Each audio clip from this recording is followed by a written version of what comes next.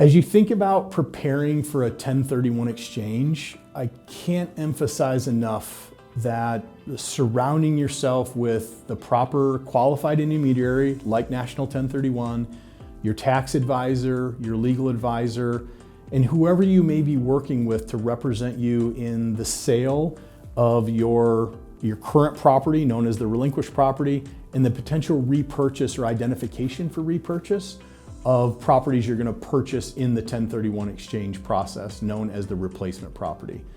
And I want to walk through some of the documentation and structure that you can expect if you're looking to defer your gains on the property you're selling through the replacement purchase of property in the future. So the first one is you have to identify a qualified intermediary.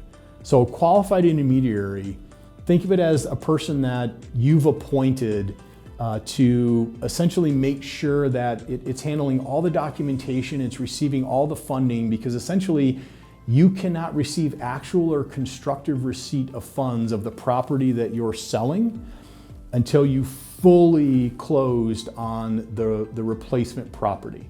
And that's the qualified intermediary. And they'll provide several key documentation, an exchange agreement, but the QI, as it's known as, the qualified intermediary, will need a copy of the purchase agreement of the property you're selling, what the use of that property is, and will ultimately need to see the settlement statement and the title work relative to the property that you're actually closing. So they'll also want some information, your tax ID number, if it's held in some type of a corporate structure, either a corporation, an LLC, a partnership. It will want to know some of the entity information, because essentially the tax ID number, the holder of the property that's assigned to that tax ID number, is the one that's going to pull through in the tax forms after closing that will be sent to your accountant from the QI.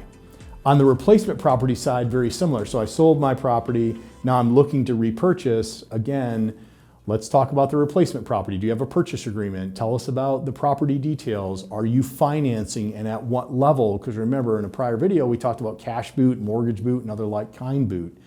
Some of the essential information, again, will be, it has to be the same taxpayer that's selling as is replacing, right? So we can make sure that that tax deferral is going to that same EIN or TIN or Social Security number. The exchange agreement between the QI essentially just says the exchanger is going to act in your shoes during the sale of the relinquished property, as well as being custodian of those funds in a secure way during the exchange process up to 180 days. And then will facilitate with the title company that's working, or the law firm working on your behalf, to close on the replacement properties. Don't forget about your professional team. Notify them early.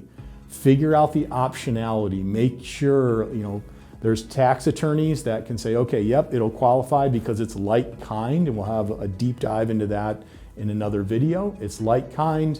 And then your tax accountant or your tax advisors would be able to opine and analyze whether this will be a full exchange or what's known as a partial exchange, where you may be facing some type of capital gains.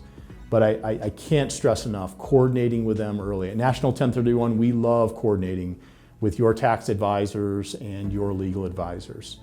So organization, preparation is essentially the best tool to work in advance, even bringing in your broker. So if you're working with a commercial broker to help list and sell, and then also identify and close on both ends of the spectrum, getting them involved early to say, I really am thinking about a 1031, I've been advised, and let's work this plan in advance. As I mentioned in a prior video, very, very strict timeframes on the 45 days to identify replacement property and the 180 days to close on those from the time that you sold your relinquished property. And that's why the preparation is so key. You miss a deadline by a day, and it could disqualify you for qualifying for any form of tax deferral. There's just no extension available.